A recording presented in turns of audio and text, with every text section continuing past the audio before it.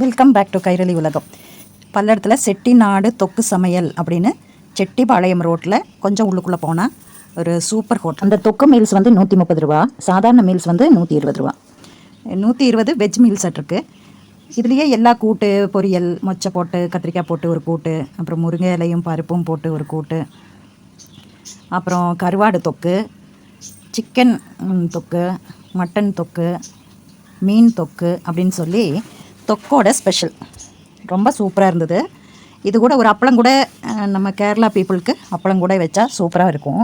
நாங்கள் வந்து கட்லெட் மாதிரி ஒரு கோலா உருண்டை வாங்கிக்கிட்டோம். ஆனால் இந்த தொக்கே போதுமாக இருந்தது.